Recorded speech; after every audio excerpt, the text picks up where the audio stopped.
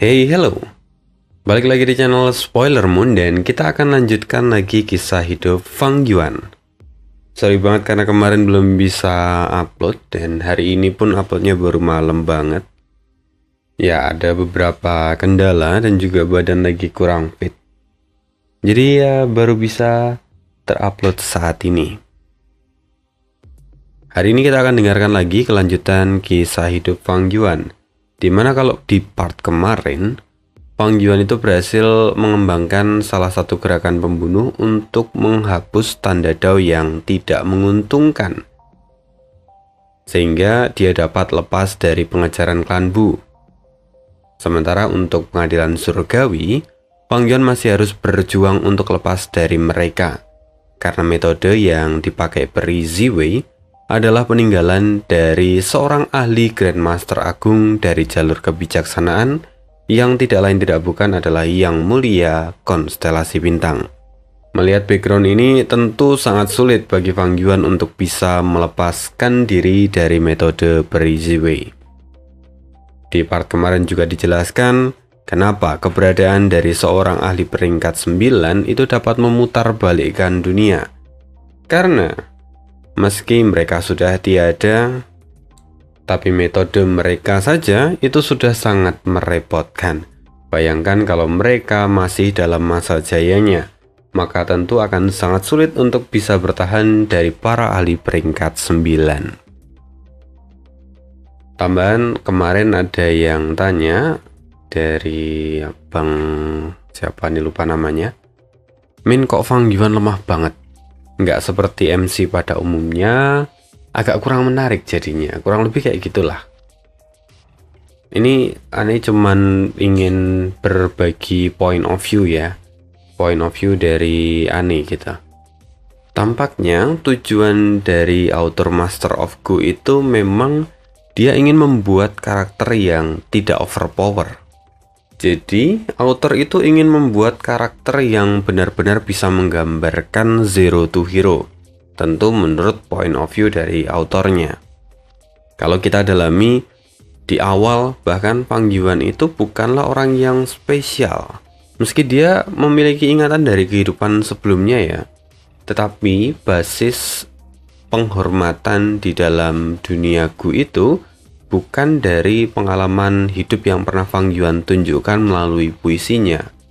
Jadi ketika sebelum upacara pembangkitan dimulai itu kan Fang Yuan sempat dipuji-puji sebagai seorang jenius karena dia bisa mengeluarkan puisi yang begitu indah dan seterusnya. Tetapi dunianya seketika berubah ketika dia mengalami pembangkitan kelas, dimana di situ Fang Yuan hanyalah kelas C, yang juga bisa disebut sebagai bakat buangan. Kenapa begitu? Ya karena bakat kelas C kalau tidak memiliki backingan, mereka itu hanya akan menjadi orang-orang buangan. Sangat beruntung kalau mereka bisa naik sampai peringkat 3, bahkan kebanyakan hanya di peringkat 2 atau peringkat 1. Itu adalah kisah Fang Yuan di awal ketika masih ada di desa Guyue. Otomatis kondisi Fang Yuan di kehidupan pertamanya di dalam dunia Gu itu tidak menyenangkan sama sekali, tidak menguntungkan sama sekali. Dia tidak punya privilege apapun, bahkan dia sampai harus ikut rombongan pedagang meninggalkan desa Guyue ketika itu. Tetapi Fang Yuan tidak pernah menyerah, dia terus berjalan selangkah demi selangkah, hingga akhirnya dia pun berhasil melangkah ke ranah immortal, walaupun hanya sampai di peringkat 6. Tetapi itu sudah merupakan sebuah pencapaian yang luar biasa dari seorang Master Gu yang hidup sendirian. Kemudian di kehidupan kedua Fang Yuan dan kehidupan sampai saat ini ya udah mengulang hidup beberapa kali, Fang Yuan itu memang menerima buff. Tapi buffnya itu terbatas pada ingatan yang dia punya dari kehidupan sebelumnya. Namun dia tidak memiliki bekal lain seperti mendapatkan Gu ataupun langsung bisa menggunakan gerakan pembunuhnya yang lama, enggak juga gitu. Jadi buff yang dia punya lebih kepada ingatannya saja. Otomatis karena hal itu, kekuatan Fang Yuan pun enggak langsung lompat yang sangat signifikan. Pun setelah Fang Yuan mendapatkan tubuh abadi berdaulat itu, memang kekuatan Fang Yuan meningkat pesat. Cuman musuh yang Fang Yuan lawan itu juga bukan orang yang biasa-biasa saja begitu. Tetapi yang ia lawan salah satunya adalah pengadilan surgawi dan juga kehendak surga. Yang notabene kehendak surga itu udah seperti dewa gitu. Jadi dia harus melawan dewa yang membuat dia hidup lagi dan melawan sesuatu yang bisa mengakali orang lain, mempengaruhi orang lain untuk menyerang dia. Maka kehidupan Fang Yuan ya menjadi jauh lebih sulit. Terkesan memang jadi lemah, tidak overpower, iya benar juga. Tapi dari situ Fang Yuan bisa bertahan sampai saat ini. Itu adalah poin luar biasanya dari Fang Yuan.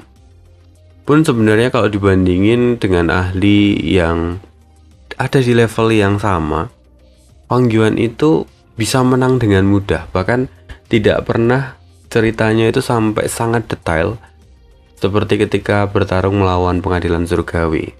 Beberapa kali Fang Yuan ketemu dengan ahli peringkat 6 ya dalam 1-2 kali gerakan langsung mati. Bahkan yang peringkat 7 pun satu gerakan bisa mati. Yang artinya kekuatan Fang Yuan itu sebenarnya saat ini besar. Cuman masalahnya musuh yang ia lawan terlalu kuat. Seperti kemarin lawan Wu Yong gitu kan. Wu Yong peringkat 8 sementara Fang Yuan peringkat 7. Ya wajar kalau kemudian Fang Yuan terdesak. Nah menurut Ane justru di bagian inilah menariknya kisah Fang Yuan. Seninya itu ada di sini begitu.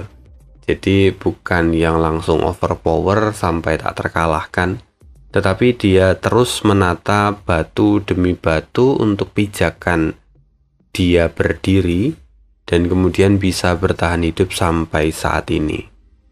Bisa dikatakan bahwa kisah dari Fang Yuan itu anti mainstream karena ada banyak genre yang serupa, namun MC dari komik yang lain itu langsung gitu loh otomatis menjadi overpower. Sementara Fang Yuan enggak. Poin yang bisa dipetik, dia terus berusaha selangkah demi selangkah, tidak pernah menjadi ceroboh dan terus waspada. Sehingga dia kemudian bisa hidup sampai saat ini. Nah, itu kurang lebih jawaban dari Ane, point of view-nya Ane ya. Jadi ya setiap orang pasti punya cara pandang yang berbeda-beda dan tidak harus disamakan. Yang penting dinikmati, selama masih bisa dinikmati. Kita sambung lagi kisah hidup Fang Yuan di part 279. Gurun Barat. Kini Fang Yuan membuka matanya di depan hutan yang asri. Dan di dekat sana juga ada danau yang airnya terlihat jernih serta menyegarkan. Meskipun gurun barat itu didominasi oleh gurun, tetapi ada beberapa titik yang masih terdapat oasis. Nah, titik-titik ini ya seringkali yang menjadi tempat untuk melangsungkan kehidupan dari banyak makhluk hidup di padang gurun. Dan sekarang Fang Yuan serta yang lain juga beristirahat di sana. Mereka sebelumnya terus-menerus melarikan diri dari pengaturan peri Ziwei serta kehendak surga. Fang Yuan kini tampak menghela nafas lega. Pengaturannya untuk menyingkirkan tanda Dao yang ditinggalkan peri Ziwei sedikit demi sedikit mengalami peningkatan. Jadi tanda Dao yang ditinggalkan peri Ziwei itu kalau diibaratkan seperti rumput yang liar. Kalau rumputnya dipotong pada bagian daunnya, besok rumput itu akan tumbuh lagi dan membesar. Selama akarnya tidak dicabut, rumput itu dapat terus tumbuh.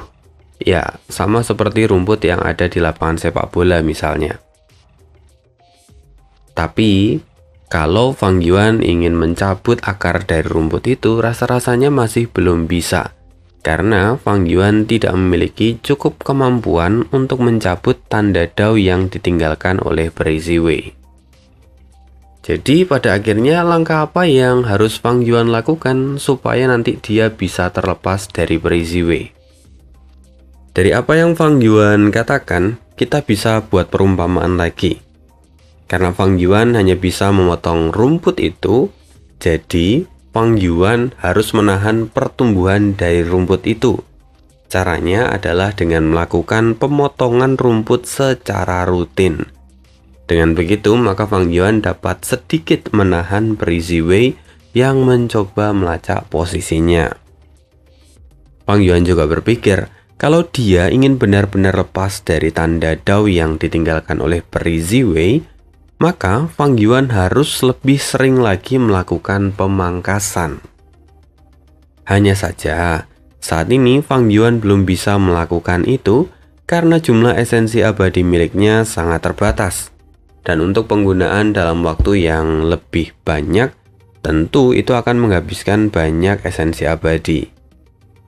Fang Yuan juga berpikir, kalau dia ingin terus-terusan menggunakan pembersihan diri, kalau masih dalam bentuk gerakan pembunuh, maka itu tidak akan efisien.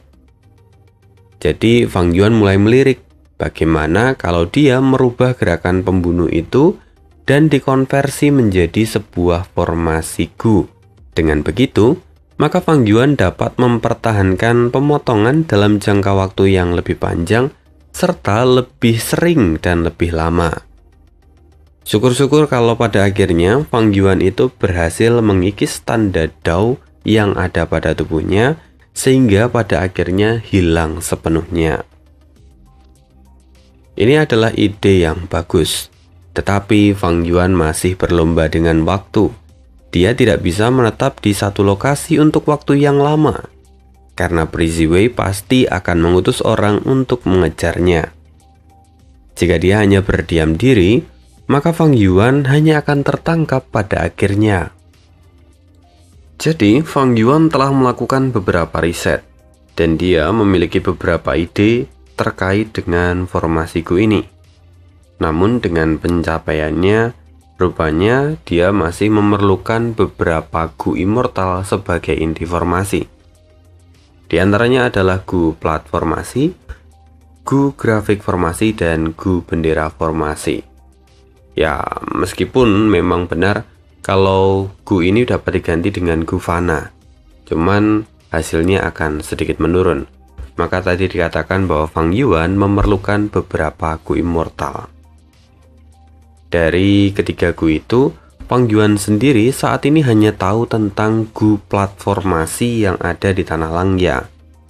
Karena itu, Fang Yuan mencoba menghubungi Langya dan bernegosiasi dengan Langya. Fang Yuan berniat untuk menukarkan poin kontribusinya. Sayangnya, memikirkan hal ini Langya masih tampak ragu-ragu.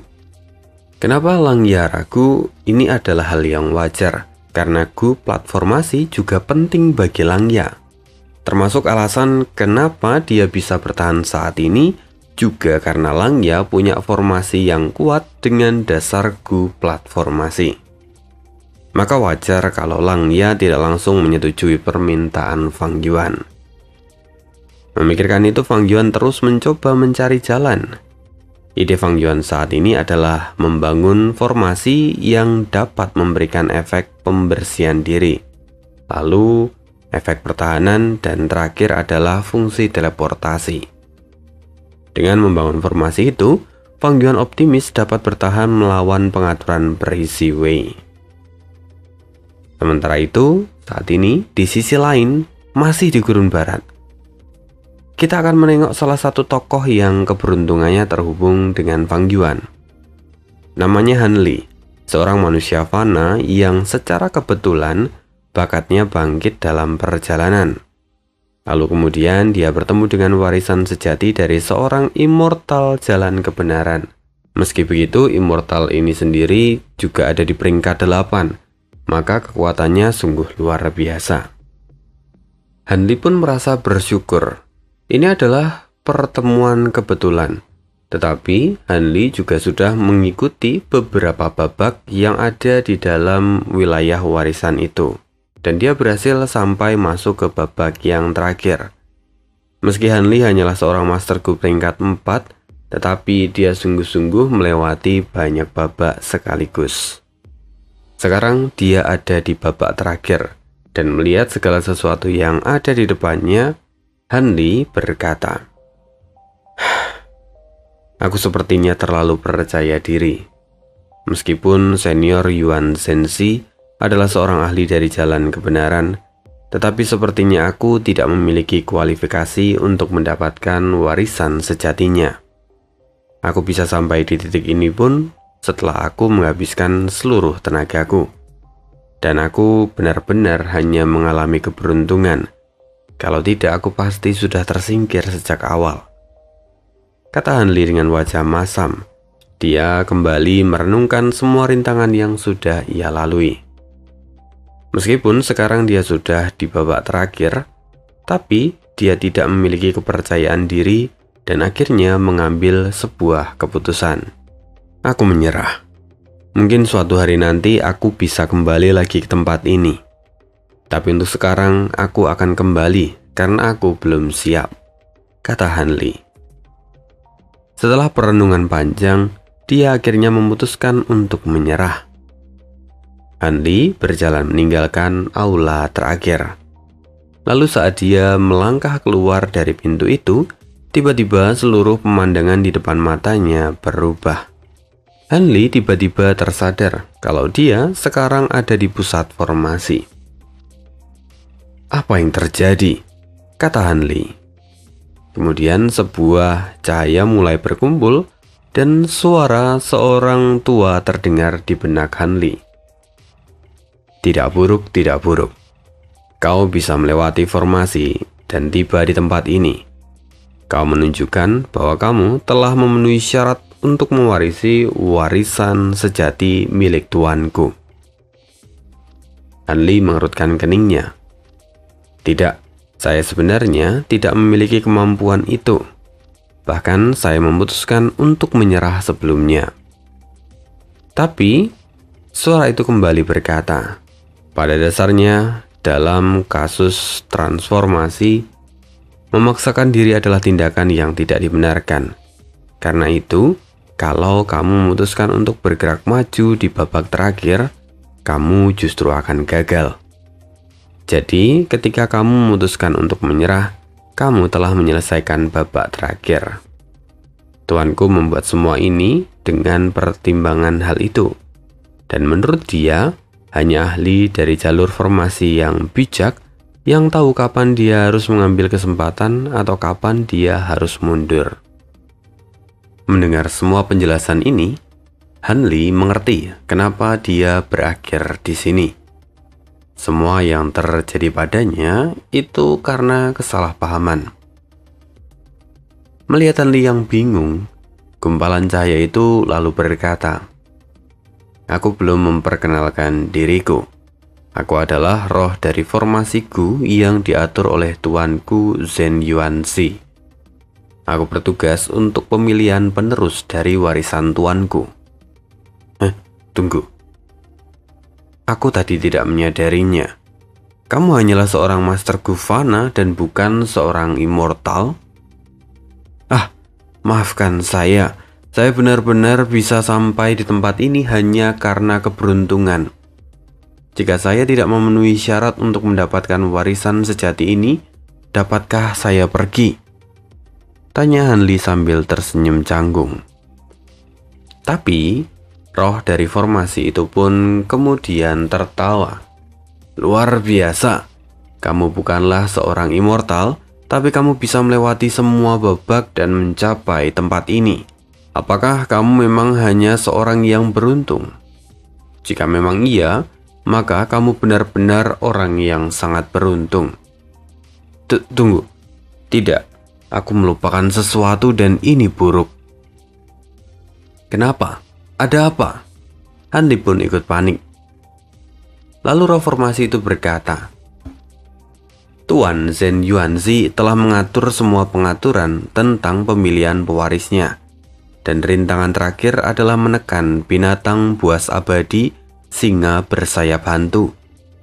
Dengan kemampuanmu saat ini kamu pasti akan mati. Sungguh, ini akan sangat sulit. Tapi kalau memang saya memiliki kualifikasi untuk menjadi tuan dari tempat ini, saya akan mencobanya. Han Li yang sebelumnya sudah berpikir untuk menyerah, tiba-tiba merubah keputusannya setelah tiba dan bertemu dengan roh formasi. Kali ini, dia tidak ingin menyerah. Tapi roh formasi berkata, "Tidak mungkin, perbedaannya terlalu besar." Sayangnya, karena Hanli tetap mau mencobanya, formasi itu pun secara otomatis diaktifkan dan tidak bisa dibatalkan. Roh formasi pun akhirnya hinggap di bahu Hanli. Lalu kemudian, seluruh tempat itu bercahaya dan Hanli dipindahkan. Dia kini berada di dalam sebuah gua di bawah gurun. Di sana terlihat singa bersayap hantu yang sedang tidur. Lalu Hanli mencoba memanfaatkan momen ini untuk menggunakan gerakan pembunuh fana miliknya. Serangan itu melesat ke arah singa bersayap hantu. Sayang sekali, serangan itu hanya seperti tiupan angin untuk singa bersayap hantu. Bukannya terluka, singa bersayap hantu justru terbangun dari tidurnya. Sama seperti kata pepatah, jangan ganggu kucing yang tertidur. Singa bersayap hantu kini menjadi marah dan langsung menerkam ke arah Hanli. Saat itu, Hanli langsung ditelan utuh-utuh karena singa bersayap hantu adalah binatang buas abadi dari jalur hantu. Jadi, dia akan melahap mangsanya lalu mulai mencerna jiwa dari mangsanya secara perlahan. Sementara tubuh mangsanya akan tetap utuh, tapi kesadarannya akan semakin berkurang karena jiwanya terkorosi. Sampai pada akhirnya, mangsanya akan mati karena jiwanya telah hancur sepenuhnya. Beberapa waktu kemudian, Hongyu, istri dari leluhur 1000 transformasi, kini sedang menjalankan tugasnya untuk mencari keberadaan Cuibo. Dia menjelajahi gurun translokasi sampai ke wilayah yang agak jauh dari gurun translokasi. Saat ini, Hongyu melakukan pencarian di wilayah gurun hantu hijau yang letaknya tidak jauh dari gurun translokasi. Di sana, Hongyu bertemu dengan banyak binatang buas dari jalur hantu. Sampai dia pun harus bertarung. Semakin lama, pertarungan itu semakin memancing perhatian dan banyak binatang buas dari jalur hantu yang mulai bermunculan dan ikut menyergap Hongyun. Tapi karena Hongyun adalah seorang ahli peringkat 7, dia mampu bertahan dengan cukup baik. Sampai kemudian seekor binatang buas abadi keluar dari dalam tanah. Binatang buas abadi yang keluar itu adalah singa bersayap hantu. Tatapannya tajam. Dia tampak marah karena tidurnya kini terganggu. Menghadapi jalur hantu itu saja sudah sulit, terutama kalau kekuatan mereka terpaut 1 tingkat atau bahkan lebih. Hongyun kini harus berjuang lebih keras. Tapi meskipun situasinya tidak menguntungkan, bukan berarti Hongyun tidak punya kartu truf. Saat ini, Hongyun telah membawa Ku Immortal peringkat 8 yang dipinjamkan oleh leluhur 1000 transformasi. Karena itu, dia menjadi sangat tenang. Dia bergumam, haruskah aku menggunakan kesempatan ini untuk melihat kemampuan dari Gu milik suamiku? Hongyu kini tampak menyeringai. Tapi sebelum dia mulai bergerak, kehendak leluhur 1000 transformasi bicara langsung pada benaknya. Tidak perlu khawatir, biarkan aku yang mengatasinya. Kata kehendak leluhur 1000 transformasi yang memang sengaja ditempatkan di apertur milik Hongyun. Setelah itu, kehendak leluhur 1000 transformasi pun keluar. Dan kemudian dia mulai mengaktifkan gerakan pembunuh yang langsung menekan singa bersayap hantu. Pertarungan itu berlangsung selama beberapa jam. Sampai pada akhirnya, singa itu merasakan bahaya yang mengancam dirinya. Dan akhirnya, singa bersayap hantu itu pun kehilangan semua amarahnya dan diganti dengan rasa takut. Dia berusaha melarikan diri. Tetapi dalam satu gerakan, Kehendak leluhur 1000 transformasi bergerak dengan cepat dan memenggal kepala singa bersayap hantu.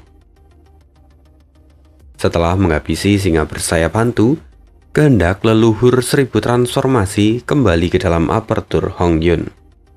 Dia berkata, "Pergi dan bersihkan medan perang.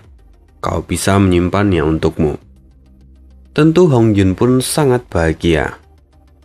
Lalu saat di hadapan singa bersayap hantu, Hongyun memutuskan untuk membedah singa bersayap hantu itu, dan dia berniat untuk menjual material dari singa bersayap hantu itu secara terpisah. Setelah perjuangan yang luar biasa, kini Hongyun akhirnya memotong bagian perut dari singa bersayap hantu. Dan setelah itu keluarlah sosok seorang pemuda. Kenapa ada Master Guvana di perut singa ini? Haruskah aku menyebutnya keberuntungan atau justru malah ketidakberuntungan? Jika binatang ini bukan dari jalur hantu, bukankah anak ini sudah menjadi pasta daging? Hongyun lalu mengulurkan tangannya. Dia berniat untuk mencari tahu alasan kenapa seorang Master Guvana bisa berakhir di tempat seperti ini. Hongyun lalu mulai menggunakan pencarian jiwa. Dia menemukan beberapa hal. Oh, jadi anak ini bernama Hanli. Dia tidak memiliki latar belakang yang besar, namun keberuntungannya sangat bagus. Tunggu. Dia mengalami situasi yang sulit saat dia masih kecil. Tetapi pertemuan keberuntungannya sungguh luar biasa. Tunggu. Ini warisan sejati dari jalur formasi Zhen Yuanzi. Serius? Keberuntungan anak ini benar-benar gila. Pupil mata Hongyun pun melebar. Dia menjadi sangat bersemangat setelah melihat hal itu. Kemudian, Hongyun membawa tubuh Hanli pergi ke bawah tanah. Sampailah dia di depan formasi tempat Hongyun muncul sebelumnya. Di sana, roh formasi segera muncul. "Tuan, Anda telah berhasil kembali," kata roh tanah yang kini menjadi lebih sopan. Jika sebelumnya dia memanggil Hanli sebagai kamu, tetapi kali ini dia sudah memanggilnya Anda dan Tuan. Kenapa begitu? Alasannya karena Hanli sudah berhasil kembali, yang artinya dia telah lolos dari ujian. Otomatis, Hanli adalah tuannya yang sah. Tapi meskipun begitu, Hanli kini tampak sangat lemah, sampai dia harus digendong oleh Hongyun. Sementara itu Hongyun tampak mengamati formasi di depannya dan dia menjadi sangat antusias. Hongyun lalu bicara, "Bocah, aku telah menyelamatkan hidupmu dan sebagai bayarannya, aku menginginkan warisan ini." Mendengar itu perlahan Hanli membuka matanya dan berkata, "Terima kasih senior. Saya sangat bersyukur saya masih hidup.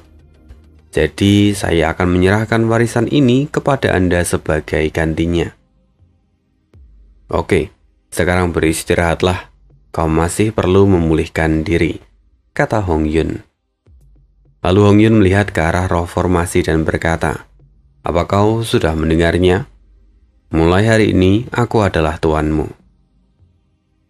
Ini roh formasi itu tampak ragu. Tapi Hongyun berkata, "Kenapa? Kau tidak mengikuti perkataan dari tuanmu?" Roh formasi itu tampak memperhatikan Hanli untuk beberapa waktu, lalu dengan nafas berat dia berkata, "Baik, saya mengakui Anda sebagai tuan saya yang baru." "Bagus," jawab Hongyun. Lalu dia mengambil alih formasi yang ada di sana dalam sekejap.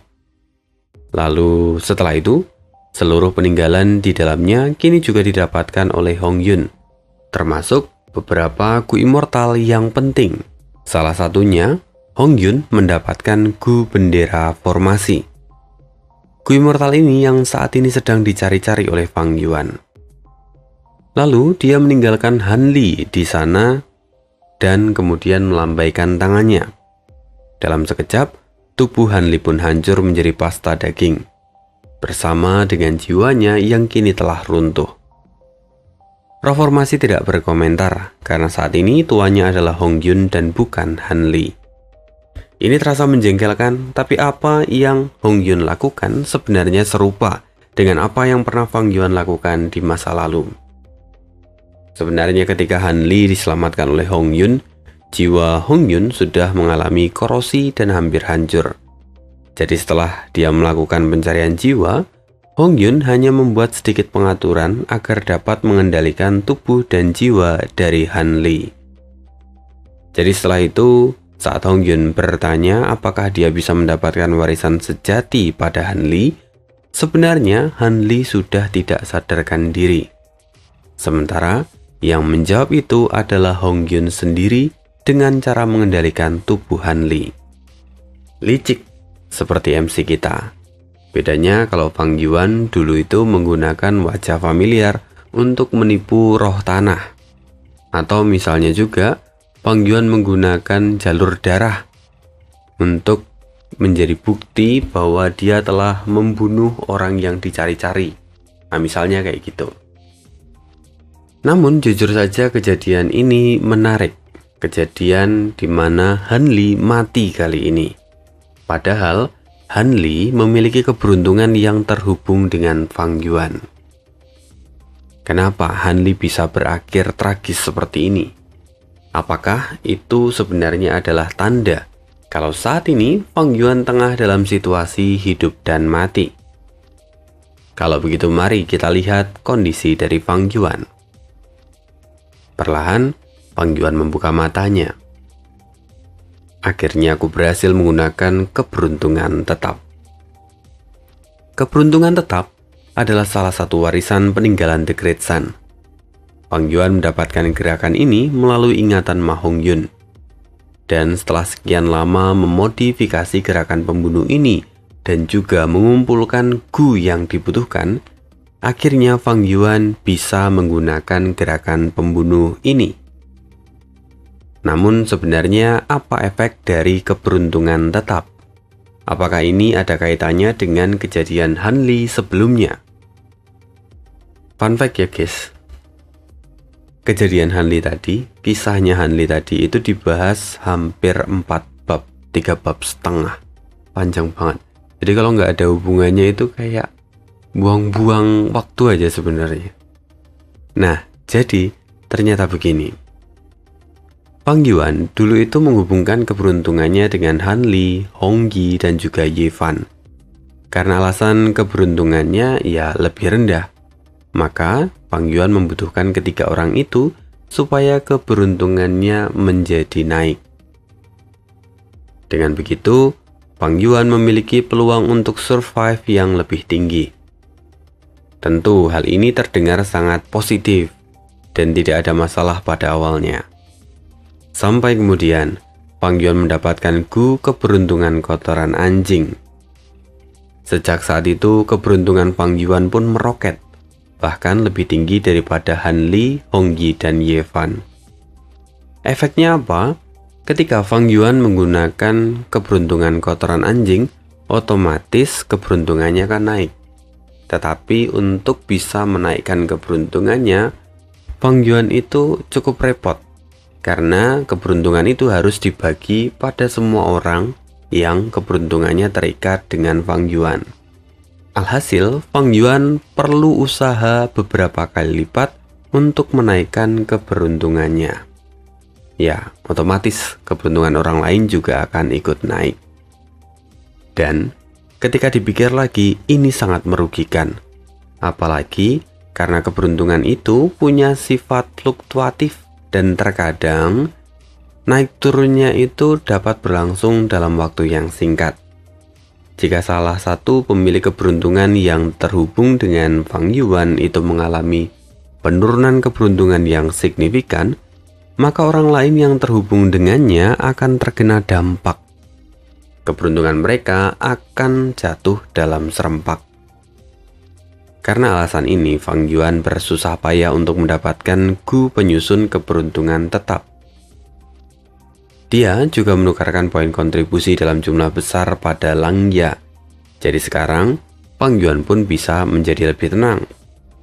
Meskipun Fang Yuan masih terikat dengan menghubungkan keberuntungan, namun karena Fang Yuan menggunakan Gu keberuntungan tetap, dia masih bisa mempertahankan keberuntungannya. Jadi, keberuntungan Fang Yuan tak tergoyahkan dan tak mudah untuk dipengaruhi. Karena itu, bahkan setelah Han Li mati, Fang Yuan tidak terlalu terpengaruh, karena keberuntungannya saat ini jauh lebih solid. Malahan, setelah Han Li mati, keberuntungan Fang Yuan itu mengalami peningkatan secara perlahan, karena sebelumnya keberuntungannya kan terbagi-bagi, namun sekarang jumlahnya berkurang 1. Otomatis peningkatan keberuntungan Fang Yuan terasa naik, walaupun pada titik ini Fang Yuan tidak menyadarinya. Daripada memikirkan itu, Fang Yuan saat ini lebih fokus tentang bagaimana cara menyelesaikan formasi pembersihan diri. Fang Yuan juga masih belum mendapatkan persetujuan dari Langya terkait dengan Gu platformasi. Maka, Fang Yuan harus mencari solusi berikutnya. Kalau dia kembali mengingat ide awal yang ia miliki, maka Fang Yuan sebenarnya hanya harus lebih sering melakukan pembersihan diri. Kalau begitu, masih ada satu solusi yang tersisa. Jika Fang Yuan bisa membangun formasi pembersihan diri di dalam tanah terberkati, maka perbedaan waktu yang besar antara tanah terberkati dan dunia nyata itu akan membuat Fang Yuan bisa melakukan pembersihan jauh lebih sering. Jadi sekalipun misalnya Fang Yuan menggunakan Gu Fana dalam formasi itu, tapi efeknya tentu akan sangat memuaskan. Tapi sekali lagi, tidak ada yang sempurna dan ide ini pun punya kelemahan. Kelemahannya, kalau mereka menggunakan tanah terberkati, maka mereka harus menempatkan tanah terberkati itu di tanah. Hal ini bisa dimanfaatkan oleh kehendak surga atau peri Ziwei untuk menemukan keberadaan Fang Yuan. Sementara itu, saat ini, Feng Zhuge masih mengejar mereka. Fang Yuan yakin kalau Feng Zhuge pasti punya metode untuk menerobos ke dalam tanah terberkati. Jadi, opsi ini jujur bukan pilihan yang bijak. Maka sebelumnya, Fang Yuan tidak mencoba memikirkan solusi ini dengan matang. Nah, pernyataan ini mungkin juga akan menimbulkan pertanyaan. Misalnya, Bang, kenapa kok nggak langsung saja masuk ke apertur?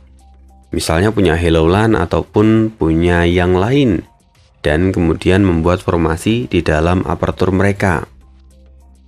Ini sungguh adalah pemikiran yang logis. Tapi sayang, tanah terberkati Fang Yuan itu terlalu besar.